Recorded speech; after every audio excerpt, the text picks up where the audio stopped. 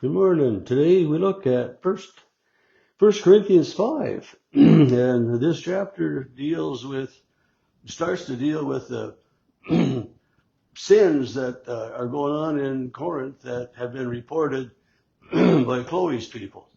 And he writes it's actually reported, that there's sexual immorality among you and pagans.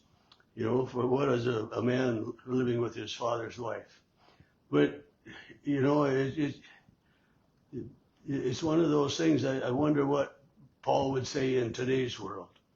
Uh, and I mean, I don't condemn anyone for an awful lot of stuff that way. But it's in the early days. I mean, this man living with his father's wife. I mean, and living with in that time they were married. And I mean, it was just like, Herod, was, judged by John the Baptist for, marrying his brother's wife, which, those things you just don't do. And so it's just, but it was one of the, one of the things that was reported to Paul that he was quite shocked by. And then he says, for though absent in body, I am present in spirit. And if present, I have already pronounced judgment in the name of the Lord. And I guess that's the way of the day, especially. And there is so much that has changed in our world today, and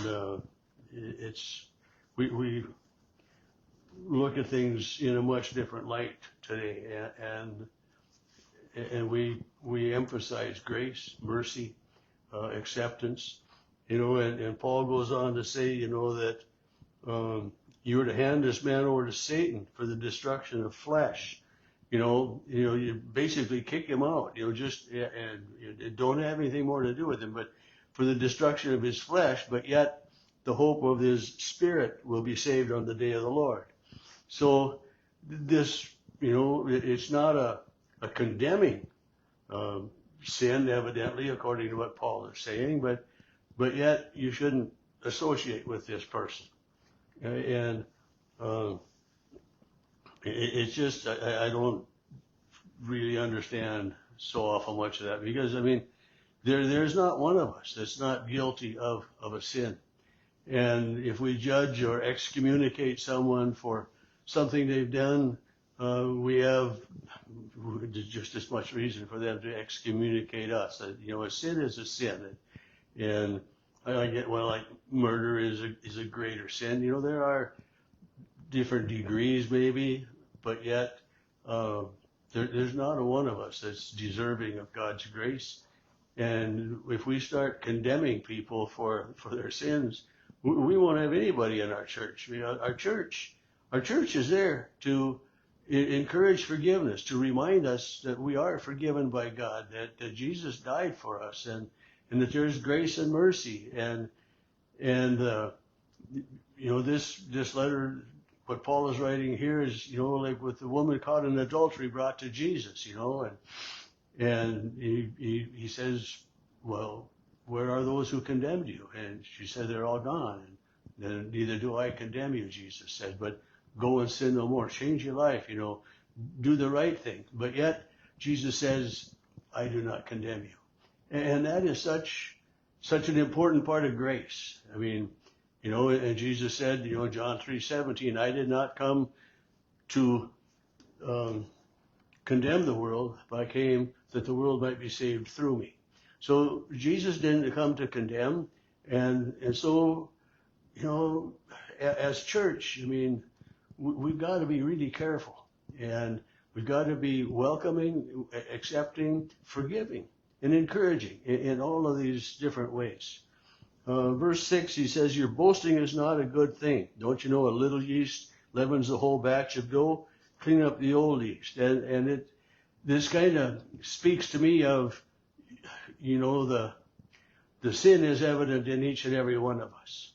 And someone else's sin doesn't necessarily make us any worse or any better, but sin is all around. This is the yeast. I mean, it impacts each and every one of us. We have our own sin, and for judging, we've got to be really careful. He says, let us celebrate the festival not with old yeast, not with the yeast of malice and evil, but with the unleavened bread of sincerity and truth. So we are to, not to judge and condemn someone for their sin, because we too are sinners. There's no question about that. I know that I am definitely a sinner, and I have no legal standing, no right at all to condemn anyone for their sins as well. I mean, we judge between right and wrong, murder, theft. We know that those things are wrong, and there's judgment. And we do that judging properly. And then verse 9, he refers to a previous letter that there is no record of, nothing in history. But he said, I wrote to you in my letter not to associate with these sexual immoral people. Not meaning the immoral of the world or the robbers and all that, but he says, don't associate with anyone who bears the name of a brother or sister who is immoral, greedy, or an idolater, a reveler, a drunkard, or a robber. So it isn't, he's not just pointing out one sin, but think of that. If we were not to associate with anyone who is greedy, an idolater, a reveler, a drunkard, or a robber, a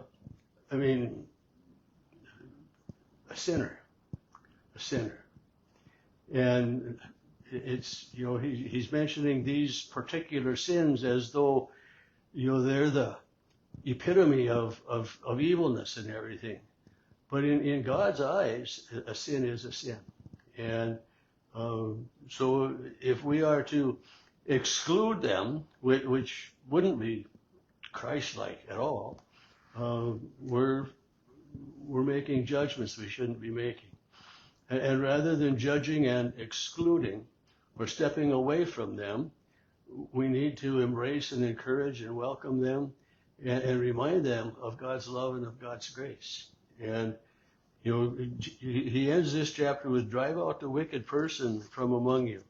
And, we don't want to associate with somebody that's doing evil all the time. I think of, gangs and, and there are good gangs. I mean, good groups of people that hang out together, but there are criminal gangs, and we don't want to hang out with those, of course not.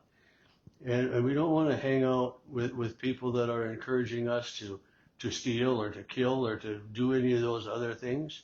But yet to say to don't associate with a wicked person, aren't we all a little bit wicked?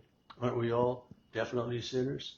And so we need to be cautious as to how we look at so much.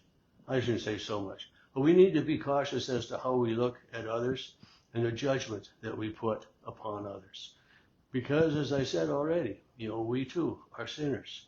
We need God's grace. We need God's love. We need God's forgiveness.